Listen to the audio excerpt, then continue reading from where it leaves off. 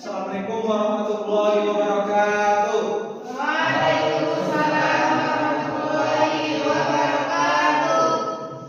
Baik, izin sebelumnya kepada yang terhormat dosen pembimbing 1 dan juga kepada dosen pembimbing 2 dan juga kepada dosen pembimbing 1. Baik, di sini saya Anda Andrea Restumu dengan NIM 123 dari Prodi Pendidikan Agama Islam BP 23 ingin menampilkan dan juga melaksanakan seminar proposal Anda pada siang hari ini yang berjudul Implementasi Nilai-Nilai Pendidikan Agama Islam dalam membentuk karakter siswa di MTS N7 Agam di Canggu.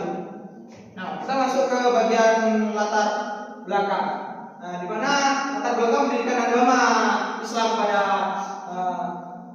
pada saat ini yaitu untuk membentuk karakter siswa di tengah tantangan globalisasi dan juga perilaku menyimpang seperti tidak hormat kepada guru, kurang disiplin, penggunaan medsos tidak bijak, dan juga sering menghina kawannya.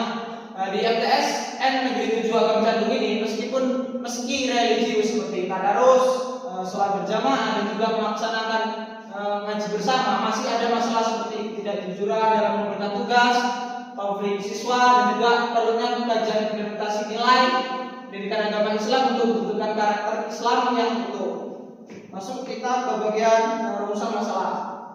Jadi bentuk implementasi PAI yaitu bagaimana nilai pendidikan agama Islam ini diimplementasikan di MTSN Negeri 7 Agam dan bagaimana juga faktor pendukung dan penghambat. Faktor apa saja yang mendukung dan menghambat implementasi nilai-nilai PAI, karakter siswa yang terbentuk, karakter apa saja yang terbentuk melalui implementasi nilai-nilai PAI tersebut dan pengaruh implementasinya. Bagaimana pengaruh implementasi nilai-nilai tersebut terhadap karakter siswa. Penelitian ini berfokus pada implementasi nilai-nilai pendidikan agama Islam dan pengaruhnya terhadap pembentukan karakter siswa di MTSN 7 Agam di Canggu. Tujuan dan manfaat dari penelitian. Tujuan penelitian ini yaitu untuk mengetahui implementasi nilai-nilai PAI di MTSN 7 Agam di Canggu. Selanjutnya itu mengidentifikasi karakter siswa yang terbentuk. Selanjutnya mengidentifikasi faktor pendukung dan penghambat. Selanjutnya menganalisis pengaruh implementasi terhadap karakter siswa.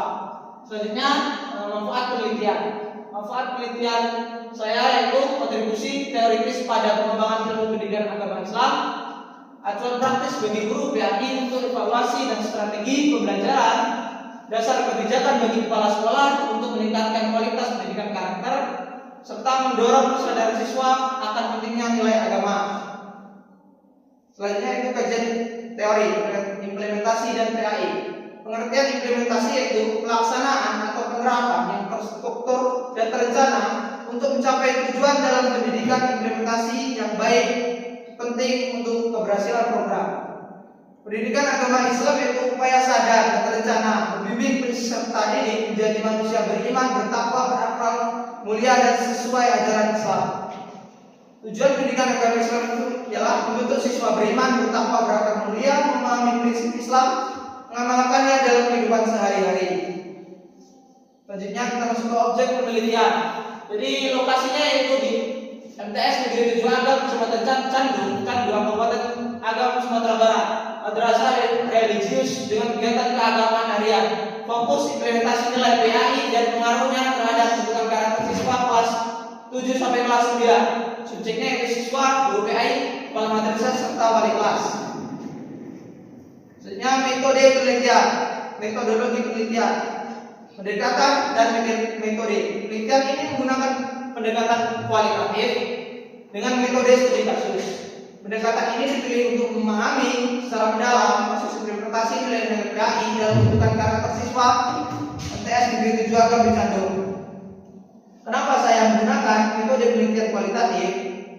Karena penelitian kualitatif memungkinkan peneliti untuk mengeksplorasi makna, memahami konteks sosial, dan menggali pengalaman subjek para informan secara menyeluruh. Sementara itu, metode studi kasus digunakan untuk mengkaji fenomena yang terjadi dalam suatu setting terbatas dan aktual dengan fokus pada bagaimana nilai-nilai PAI diterapkan serta bagaimana pengaruhnya terhadap perilaku dan karakter siswa.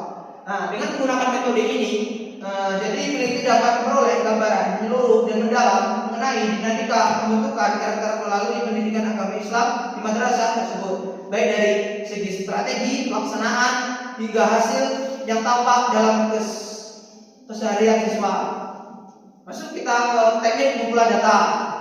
Nah, teknik pengumpulan data yang saya gunakan di sini yaitu observasi.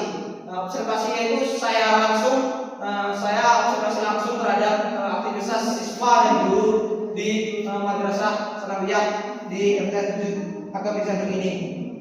Nah, selanjutnya saya gunakan teknik wawancara. Nah, jadi wawancara di sini yaitu saya melakukan wawancara langsung dengan guru PAI secara mendalam kepada kepala sekolah, kepada wali kelas dan juga kepada siswanya. Nah, selanjutnya kita menggunakan studi yaitu studi dokumentasi, yaitu mengumpulkan dokumen secara relevan seperti RWP dan jadwal kegiatan. Nah, selanjutnya saya menggunakan teknik keabsahan data. Pertama saya menggunakan teknik triangulasi sumber, yaitu teknik ini digunakan dengan membandingkan data yang diperoleh dari berbagai narasumber seperti guru PAI, kepala madrasah, wali kelas dan siswa. Tujuannya agar untuk melihat konsistensi informasi yang diberikan oleh para informan dari perspektif yang berbeda. Selanjutnya saya menggunakan teknik triangulasi teknik, yaitu dalam penelitian ini digunakan lebih dari satu teknik pengumpulan data, yaitu observasi, wawancara dan juga dokumentasi. Selain itu dengan membandingkan hasil dari ketiga teknik tersebut, peneliti dapat memperkuat keabsahan temuannya. Selanjutnya saya menggunakan triangulasi waktu. Nah, di sini triangulasi waktu di sini adalah pengumpulan data dilakukan dalam rentang waktu yang berbeda untuk melihat stabilitas dan konsistensi informasi yang diperoleh. Ini berguna dalam menghindari bias temporal atau peristiwa insidental. Selanjutnya itu member check. Peneliti akan melakukan klarifikasi kepala informan tentang hasil temuan sementara untuk memastikan bahwa interpretasi peneliti sesuai dengan realitas yang mereka alami. Teknik ini juga membantu dalam memperbaiki kekeliruan atau kesalahpahaman dalam proses pengambilan data. Nah, jadi dengan menggunakan teknik-teknik ini diharapkan data yang diperoleh bersifat valid, dapat dipercaya dan juga mencerminkan kondisi sebenarnya di lapangan. Selanjutnya yaitu proses penelitian. Jadi proses penelitian yang saya lakukan itu di bulan Juli sampai bulan September tahun 2025 mencakup persiapan hingga analisis data. Serta analisis data yang saya gunakan itu dari data Miles dan Huberman, reduksi data, penyajian data, narasi atau tabel, penarikan kesimpulan dan serta verifikasi. Selanjutnya tahapan yang saya lakukan di sini yaitu tahapan pengumpulan data dari lapangan langsung, yaitu organisasi tema, implementasi serta karakter.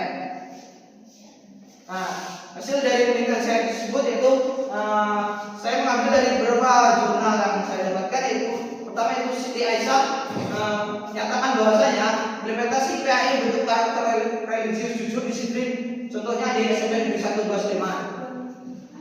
Selanjutnya kita masuk ke kesimpulan dari proposal yang saya laksanakan pada siang hari ini, bahwasanya proposal yang saya sampaikan ini belum final. Diharapkan pada dosen bimbing 1, dosen bimbing 2 dapat memakluminya. Tujuan PAI karena di sini saya hanya ingin menjalankan tugas saya untuk melengkapi tugas UAS akhir semester, yaitu untuk praktek seminar. Selanjutnya yaitu tujuan PAI efektif bentuk karakter siswa jika diimplementasikan logistik formal, non formal serta informal. Selanjutnya yaitu kesimpulannya itu kontribusi teoritis pengembangan ilmu PAI, praktek evaluasi guru, kebijakan madrasah, serta sarannya yaitu integrasi nilai PAI lebih kuat, yang keteladanan dan juga kegiatan harian. Nah, mungkin sekian yang dapat saya sampaikan dari seminar proposal saya pada siang hari ini. Kurang lebihnya saya mohon maaf. Saya kembalikan kepada